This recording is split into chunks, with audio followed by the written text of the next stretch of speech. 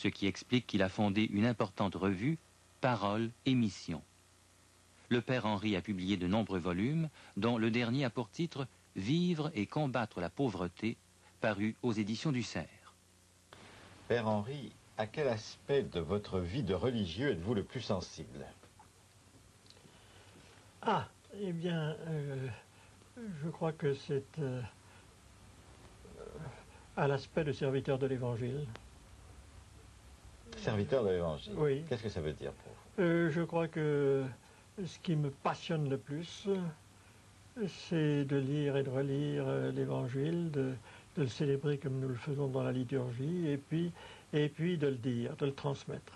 De le transmettre. Oui. C'est pourquoi, pendant de nombreuses années, peut-être, vous avez été le directeur d'une revue qui s'appelle Parole et Mission, et que Voilà. vous vous êtes occupé beaucoup des problèmes relatifs à la mission. Oui, c'est ça, et la transmission de l'Évangile, par conséquent. Ah oui, je souffre quand je ne peux plus parler de l'Évangile. Je souffre quand je ne peux plus prêcher ou catéchiser ou dialoguer avec un incroyant ou aller vers ceux qui ne pensent pas comme nous, etc. Parce que vous avez besoin de convaincre. Ah non, peut-être pas de... Ah non, non, j'ai besoin de recevoir aussi. Non, parce que je ne veux pas m'enfermer dans une pensée particulière qui est la mienne. Je désire toujours l'ouvrir, l'élargir le plus possible. Et ça m'intéresse toujours de voir comment la foi catholique peut, dans toute la mesure où elle le peut, bien sûr, intégrer une croyance qui n'est pas chrétienne. Je pense toujours à plusieurs missionnaires. Par exemple, j'ai eu un bon ami dont je parlais tout à l'heure, qui s'appelle le père Mohamed Abdel-Jalil, qui est un musulman converti, et qui me disait souvent, je n'ai rien renié de mon islam. J'avais tout dans mon islam. Une seule chose me manquait, l'amour. Il était passionnant. Ou bien alors comme un de nos frères, qui est un dominicain japonais, et qui dit partout, sans vergogne, moi je suis bouddhiste et catholique. Et il a intégré, bon, un autre ne pourrait peut-être pas le faire, il faut voir comment il le fait, c'est subjectif, mais il a intégré ça. Ça me passionne. Le mot missionnaire, qui autrefois, en tout cas dans les milieux chrétiens, était auréolé d'un grand prestige, aujourd'hui... ne l'est plus. Oui. Aujourd'hui, ne l'est plus. On est plutôt réservé. Enfin, on a une certaine inquiétude de ce mot qui a un côté apologétique, défense, oui. Agression. Comment vous réagissez à cela, Père Henri? C'est vrai que il a ce côté-là aujourd'hui. Et je me souviens, il y a déjà longtemps, ça devait être c'est ça, en 72, oui, il y a presque 15 ans, j'allais dans un pays d'Extrême-Orient et j'ai rencontré un missionnaire avec qui j'ai parlé et qui m'a dit tout de go, il faudrait que les gens comprennent que nous ne sommes plus ici pour convertir. Ah bon? Ça m'avait frappé. Et je me suis dit, ben maintenant, c'est assez répandu. Mais qu'est-ce qu'on fait alors dans ces pays dits de mission si on n'y va pas pour convertir? Voilà, on dialogue. On dialogue et on essaye de dire à l'autre, je ne prie pas. C'est une phrase que je lisais avant-hier, je crois. Je ne prie pas pour que tu te convertisses, mais pour que tu fasses la volonté de Dieu sur toi. Et que Dieu te donne la grâce de chercher la vérité. Nous la cherchons tous. Mais ceux qui la cherchent sont déjà sur la voie, si loin qu'ils soient. J'ai lu dans plusieurs de vos ouvrages, plusieurs fois ce thème revient donc sur votre plume, que la pauvreté est aujourd'hui le territoire privilégié de la mission. Qu'est-ce que vous voulez dire par là? Ah oui, eh bien, c'est-à-dire que jadis, on a cherché, par exemple, comme les jésuites en Chine, à convertir les intellectuels, les mandarins, c'est ça. Et aujourd'hui, partout ce qui préoccupe, c'est la pauvreté, ce sont les pauvres. On va vers les pauvres. Où qu'on aille, on va vers les pauvres. Et puis, alors c'est maintenant un slogan depuis le Concile, qui a été long à se mettre en place d'ailleurs, ça n'a pas été acquis par tout le monde tout de suite, mais partout dans les conférences épiscopales, dans les chapitres généraux de congrégation ou d'ordre, n'est-ce pas, partout on dit priorité aux pauvres. Dans notre chapitre, dans notre congrès dominicain à Madrid il y a quelques années, eh bien ça a été le slogan aussi, déclaré comme conclusion, priorité aux pauvres. Ils ont beaucoup à nous apprendre. Mais Beaucoup à apprendre, mais quoi encore? Qu'est-ce qu'ils ont à nous apprendre? Ah, d'abord, ils ont à nous apprendre l'homme pauvre, le Christ. Nous avons à le découvrir à travers eux, puisque le Christ s'est identifié aux pauvres. Il ne s'est pas identifié aux grands prêtres, aux chefs de la nation, aux docteurs de la loi, mais aussitôt, il a été tout de suite vers les derniers, vers les exclus, vers les excommuniés de partout, vers les pauvres, les petits. Et c'est là que nous le découvrons. Il y a quand même un changement. Il y a quand même un changement assez important là, parce qu'autrefois, enfin, l'image que nous en avons, c'est que la croix accompagnait toujours l'épée. C'est comme ça que ça s'est présenté en Amérique. Voilà. Je pense que ça s'est présenté un peu de la même façon en Afrique. Ah oui. Peut-être dans les pays d'Asie d'une façon un peu différente, mais encore là. Et puis tout à coup, n'est-ce pas, l'Église qui est toujours apparue du côté du pouvoir, vous me dites que maintenant elle veut se situer du côté des pauvres. Est-ce que c'est précisément parce que l'Église a perdu ce pouvoir en Occident? Vous avez raison, à partir du XVe siècle, XVIe siècle, en raison des patronats et du don de patronat, n'est-ce pas? Alexandre VI, en 1492, a partagé le monde en deux et il a donné la moitié occidentale à l'Espagne pour qu'elle évangélise ce qu'on ne savait pas encore, mais enfin ce qu'on a découvert, les Indes occidentales, les Amériques comme on les appelle aujourd'hui, et puis la moitié orientale au Portugal. Et évidemment, on est allé vers tous ces pays-là dans une aura de puissance, de pouvoir. Et c'est le péché originel de la mission moderne. C'est exactement l'inverse de ce qui s'est passé au 1er siècle, où des pauvres, des pêcheurs venant de Palestine, dans un pays sans richesse, sans tradition culturelle à l'époque, il y en avait une, mais enfin aussi grande que celle de Rome, etc., et sont arrivés à Rome, dans la capitale de la culture, dans la capitale de la puissance, pour évangéliser Rome, et leur évangélisation a été formidablement efficace, puisque le christianisme a augmenté, s'est répandu pendant ces 3 siècles de persécution, comme il ne s'est plus répandu aussi rapidement dans la suite. Alors c'est cela qu'on veut retrouver aujourd'hui, c'est cela dont on prend conscience, ce péché originel de la mission, d'être parti avec la puissance et d'avoir imposé la foi, ce qui est une contradiction dans les termes, si je puis dire. Ce changement d'orientation doit beaucoup au travail que vous avez fait au sein d'une revue et d'un groupe d'études qui s'est appelé Parole et Mission. C'est ça, c'est pas modeste de le dire, mais je le dis. C'est moi qui l'ai dit. Alors vous ne faites que dire une chose, c'est que je dis la vérité. Oui, oui. je crois que ça a contribué, il n'y a pas de doute. Et aujourd'hui, tout le monde parle de la parole. Il y a un tas de revues qui s'appellent Parole et Pain, Parole et Esprit, Parole je ne sais quoi. C'est nous qui avons été les premiers à l'employer en christianisme. Et on a eu quelques mal, parce que quand j'ai présenté cela à Rome, eh bien, le père général a dit « Oh non, non, non, ça sent le protestantisme, etc. Il faut mettre doctrine et mission. » Mais je dis « Si c'est doctrine et mission, je ne la fais pas, la revue. » C'était pas du tout ça que je voulais. Donc vous avez eu des problèmes avec les autorités de votre ordre. Vous avez dû avoir aussi des problèmes avec les autres autorités ecclésiastiques. Oui, j'en ai eu pas mal. Parce que j'ai un âge où tous ceux de mon âge en ont eu. Aujourd'hui, on n'en a plus beaucoup, mais enfin, j'en ai eu. Mais enfin, pour l'initiation théologique, j'en ai eu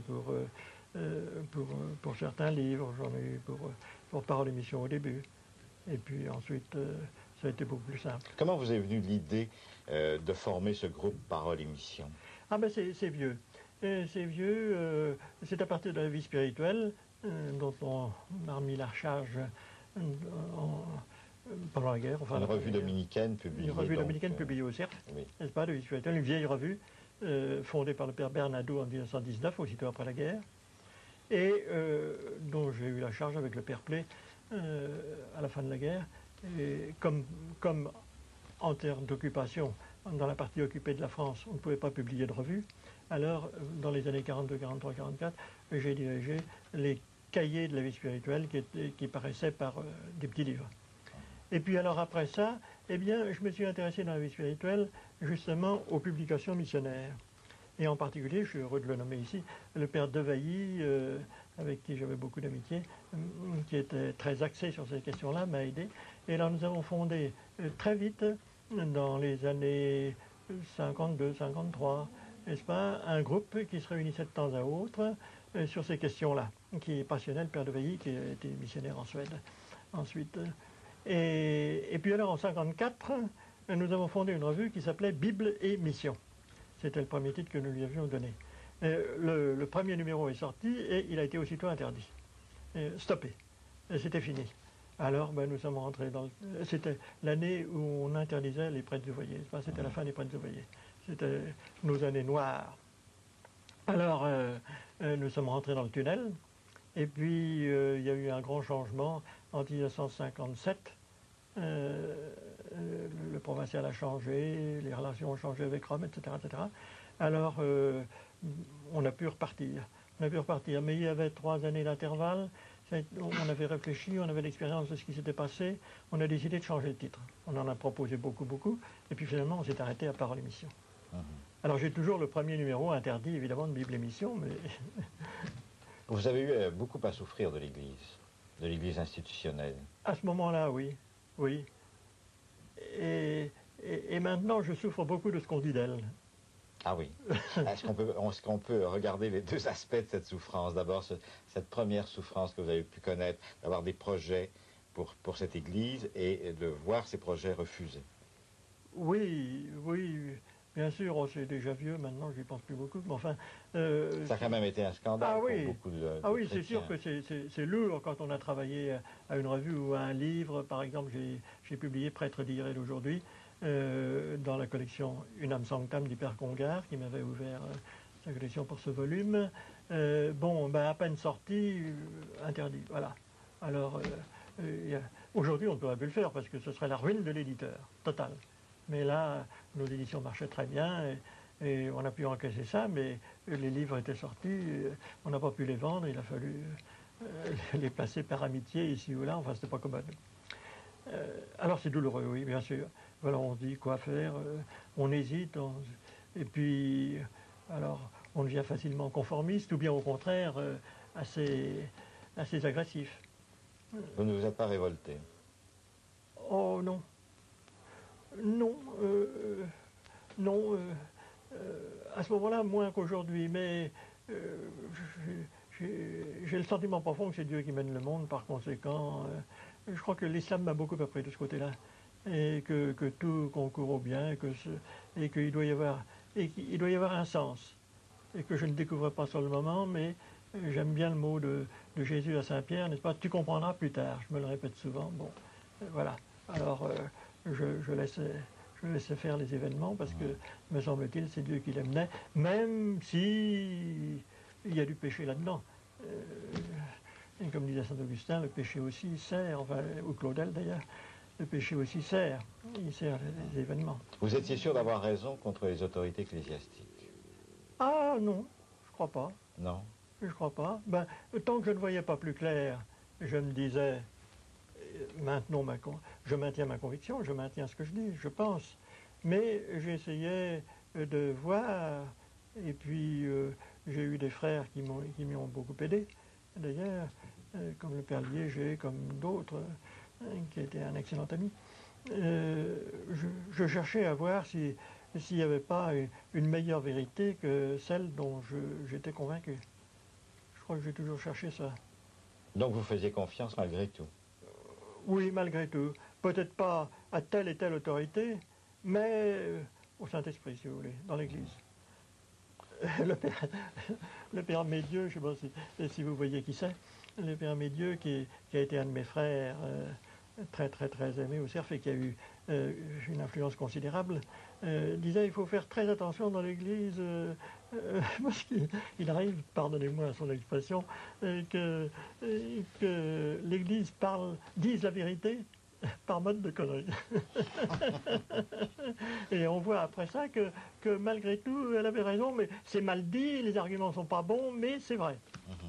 Beaucoup de prêtres à ce moment-là, et beaucoup de chrétiens ont quitté l'Église au moment des prêtres ouvriers, au moment de toutes ces condamnations. Oui. Comment vous avez réagi à cette crise-là? Ah, très péniblement. Ah, très douloureux. J'ai eu un tas de frères qui ont quitté, c'est sûr, qui ont quitté l'Église à ce moment-là. Oui, c'est pénible. Ça a été très pénible. Ça a été... ça paraissait pour certains comme une ouverture. C'est sûr que on n'était plus, les prêtres et les religieux ne se sentaient plus prisonniers de leurs vœux, de leurs contrats, etc., comme jadis. Ils pouvaient faire ce qu'ils voulaient.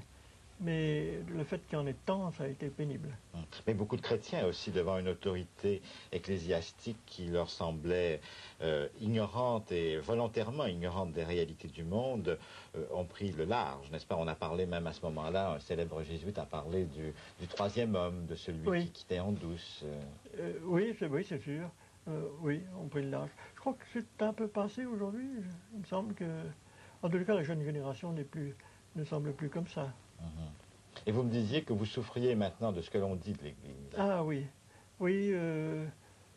Je crois que malgré tout, j'aime l'Église, je crois, et je crois qu'il n'y a pas d'institution au monde semblable à elle. Et malgré les fautes des chrétiens, elle est pécheresse. Bon, enfin, tout le monde est chrétien. Elles sont pécheurs. Mais il y a autre chose. Il y a autre chose. Et je suis frappé, puisque j'ai pas mal voyagé, eh bien, de voir en particulier une chose. C'est que, où que j'aille dans le monde, dans les léproseries par exemple, eh bien, que ce soit en Afrique noire, que ce soit à Madagascar, que ce soit en Inde, que ce soit au Japon, j'en ai vu aussi au Japon, que ce soit au Bangladesh, toutes les léproseries que j'ai vues, c'était des religieux et des religieuses chrétiennes. Et jamais je n'ai vu des musulmans s'en occuper, ou des hindouistes. Hindouistes, c'est impensable. D'ailleurs, etc., etc. Comme Mère Teresa le dit, c'est impensable. Alors, partout où il y a des pauvres, il y a tout de même des chrétiens qui sont là et qui donnent leur vie jusqu'au bout, jusqu'au bout, jusqu'au bout. Et ça, je crois que c'est le plus beau témoignage que l'Église montre au monde. N'est-ce pas? C'est cette miséricorde et cette compassion pour les petits, les pauvres, les souffrants, partout. Chez les pygmées d'Afrique noire, chez qui personne ne va, n'est-ce pas? Ou chez les Indiens de la cordillère des Andes, tout en haut, là, chez qui personne ne va, voilà, il y a des chrétiens. Il n'y a pas les musulmans, il n'y a pas les hindouistes, etc. Bon, cela dit, nous sommes tous pécheurs, et il y a de tout. Il y a tous les péchés, et il faut que ce soit comme ça. N'est-ce pas? Parce que l'Église n'est pas une secte de purs, et ça a toujours été horriblement dangereux dans l'histoire, lorsque certains, sous prétexte que c'est plein de péchés dans l'Église, qu'on a perdu la bonne doctrine, etc., qu'on fonde à côté une autre Église, comme un peu Monseigneur Lefebvre a tendance à le faire aujourd'hui, n'est-ce pas? Il y a toujours une impureté pour des hommes, n'est-ce pas, à ne vouloir frayer qu'avec des purs, et à ne pas vouloir frayer plutôt avec des impurs. Comme dit sainte Thérèse d'Avila, je dis pour rien au monde, je ne voudrais qu'on m'écarte de la table des pécheurs. Voilà, nous sommes avec des pécheurs, il faut rester avec. Et il vaut mieux des cérémonies beaucoup moins belles que celles que fait Monseigneur Lefebvre, mais en convivence avec des pécheurs, nous tous ensemble, saints et pécheurs, plutôt que des cérémonies parfaites entre purs. Que la pureté soit rituelle, légale, morale, etc. Mais quand on parle Église, on a l'impression de plus en plus que l'on parle Occident, que l'on parle d'un petit groupe qui devient minoritaire même en Occident, de quelques-uns qui sont plus ou moins favorisés finalement par la société, etc. Oui, eh bien je crois que cela est en train de changer. Cela est en train de changer parce que tout de même les vocations, par exemple, diminuent en Occident, c'est vrai, mais elles augmentent, je crois, à peu près partout ailleurs. Et la mission, nous parlions de la mission tout à l'heure, mais il y a un phénomène assez extraordinaire aujourd'hui, c'est que jadis, il y a seulement 20 ans, tous les missionnaires venaient d'Occident, n'est-ce pas? Et aujourd'hui, la majorité semble venir d'ailleurs. Ils viennent du Japon, ils viennent de Corée. La Corée a fondé les missions étrangères de Corée. Le Vietnam, juste avant l'occupation, venait de fonder les missions étrangères du Vietnam. N'est-ce pas? L'Inde, il y a des Indiens, etc. Quand j'étais au Maroc, eh bien, nous avons vu arriver 2 jeunes sœurs japonaises, parce qu'il n'y avait plus de vocation. Bon, eh bien, la supérieure générale les envoyait au Maroc pour garnir les maisons un peu dégarnies qui étaient là. Elles avaient appris le français en France et puis elles apprenaient même l'arabe. Et ainsi de suite. Et le Brésil envoie des missionnaires en Angola, etc. C'est facile parce qu'ils parlent la même langue. En Afrique, le Nigeria envoie des missionnaires dans d'autres pays d'Afrique, etc. Et il paraît, j'ai lu ces statistiques, que maintenant, eh bien, les missionnaires venant d'ailleurs seraient plus nombreux que les missionnaires qui viendraient d'Europe. Est-ce qu'on peut imaginer que dans quelques années, vu la déchristianisation des pays occidentaux, est-ce qu'on peut imaginer que ces pays seront demain évangélisés, comme on disait autrefois, par des gens qui viennent des pays dits du tiers-monde? Oui, d'ailleurs, il y a aujourd'hui beaucoup, à Paris simplement, n'est-ce pas, de prêtres. C'est un prêtre zaïrois qui a prêché l'Avent à la télévision, n'est-ce pas, cette année. Et je crois même le carême, ça je n'ose plus le dire parce que je ne l'ai pas regardé, n'est-ce pas? Ça commence à exister. Seulement, d'un autre côté, je ne parlerai pas trop vite de la déchristianisation de l'Europe. Parce que c'est vrai qu'il y a un lâchage assez général de la pratique, etc. Il ne faut pas être optimiste invétéré. Mais c'est vrai aussi qu'il y a des semences, des petites semences, qui sont jetées en terre aujourd'hui, et dont on ne sait pas tous les fruits qu'elles produiront. Où en était l'Église en 1801, au moment du Concordat, c'était pas très beau en France, tout s'en allait. Tout s'en allait. Et on aurait pu craindre que toutes nos églises, alors matériellement parlant, soient transformées en temple de la raison. Et puis peu à peu, l'Église qui avait perdu la classe bourgeoise à la Révolution, l'a regagnée, elle a perdu la classe ouvrière, mais enfin, il y a eu des semences au XIXe siècle extraordinaires, dans le domaine de la charité, dans le domaine de l'action sociale, dans le domaine de la mystique aussi, etc., dont nous avons reçu les fruits. Et puis maintenant, je crois qu'il y en a beaucoup aussi. Il y a des mouvements de prière, il y a des vocations contemplatives très, très nombreuses, il y a des vocations particulières, alors dans le mariage aussi, il y a c'est pas, le lion de Judas dont vous avez entendu parler. Oui. Bon, il y a des choses assez curieuses et assez extraordinaires, comme cette communauté Marie-Jean à Lyon, n'est-ce pas, qui groupe des hommes et des femmes religieuses, qui font vœu de chasteté, et dont la supérieure est une femme. Bon, ça c'est simplement curieux, mais il y a... Et puis cette attention aux pauvres, c'est assez nouveau, cette attention à l'immigré. En France, il y a pas mal de disputes à ce sujet-là, mais enfin, l'Église, sur ce sujet, est très nette. Que ce soit du côté de Monseigneur de Courtrai, du côté de Monseigneur de Laporte, etc. On répète tout le temps non pas cette priorité, mais cet accueil nécessaire de l'immigré, parce qu'il est pauvre, de l'étranger. C'était une loi en Israël, n'est-ce pas? Souvenez-vous que vous avez été étranger en Égypte, alors accueillez vous-même l'étranger, le pauvre, etc. Alors vous êtes optimiste. Vous êtes un optimiste sur l'avenir de l'Église. Ah, ça c'est toujours un mot piégé. Parce que optimiste à long terme, oui, certainement. À court terme, on voit tant de dégradation que je me dis que ça peut aller assez loin, c'est sûr. Mais je pense que ça sera rattrapé.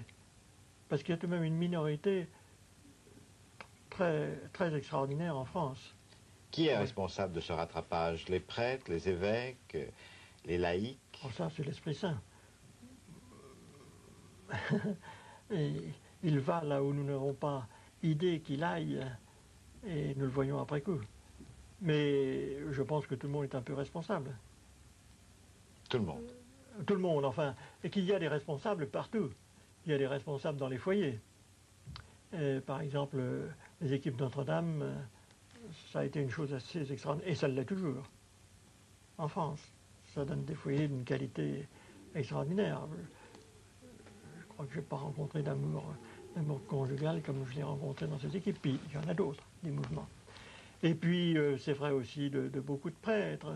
Regardez la hantise aujourd'hui de beaucoup d'être aumônier de prison, de s'occuper des prisons, de visiter les prisonniers, etc. On l'a toujours fait, mais c'était une fonction marquée sur le catalogus dont s'occupait un chanoine, mais celui qu'il avait n'avait peut-être pas le charisme et la passion qu'il a aujourd'hui d'y aller. Hein? Je pense à un de mes frères, Père Maillard, là, qui est au milieu de prison à Lille. Il vient d'écrire un livre, L'Évangile aux voyous. Et puis je pense aussi à un frère qui les visite à Lille, ces prisonniers, et qui a un petit cercle biblique avec eux et qui découvre des choses extraordinaires dans cette convivance avec eux, dans cette réflexion et qu'il fait avec eux. Il s'agit donc moins, pour nous résumer, il s'agit donc moins d'annoncer des choses aux autres étant sûr de la vérité que de vivre avec eux. Que de vivre avec eux. Voilà. C'est ce qu'on dit partout, n'est-ce pas? C'est le slogan actuel, vivre avec. Et je crois que c'est essentiel. J'ai écrit un livre sur la pauvreté, justement, je veux montrer que combattre la pauvreté, c'est pas tant une affaire de donner de l'argent, des vêtements, etc., etc., etc. Bon, c'est peut-être nécessaire immédiatement, mais on peut faire tomber des tonnes d'or sur les pays pauvres. On m'a dit il y a quelques années qu'au Bangladesh, on avait donné 1000 fois le plan Marshall. Eh bien, celui qui s'occupait des dons là-bas m'a dit c'est décourageant, rien n'a changé. Ben, ça n'a pas bougé. C'est pas ça, il faut changer l'homme. Il faut changer l'homme, il faut changer sa volonté. Alors, comment? Il n'y a pas d'autre moyen que d'être avec lui, de l'accompagner, de vivre avec lui, de se faire pauvre avec lui pour essayer de monter avec lui. Donc de se transformer soi-même. Ah oui, oui. Père Henri, je vous remercie. Rappelons que le père Antonin Marcel Henry a publié en 1986 « Vivre et combattre la pauvreté » aux éditions du Cerf, « La longue marche de l'Église » en collaboration aux éditions Bordas en 1981 et « L'autre, questions actuelles sur le mariage » aux éditions SOS en 1976.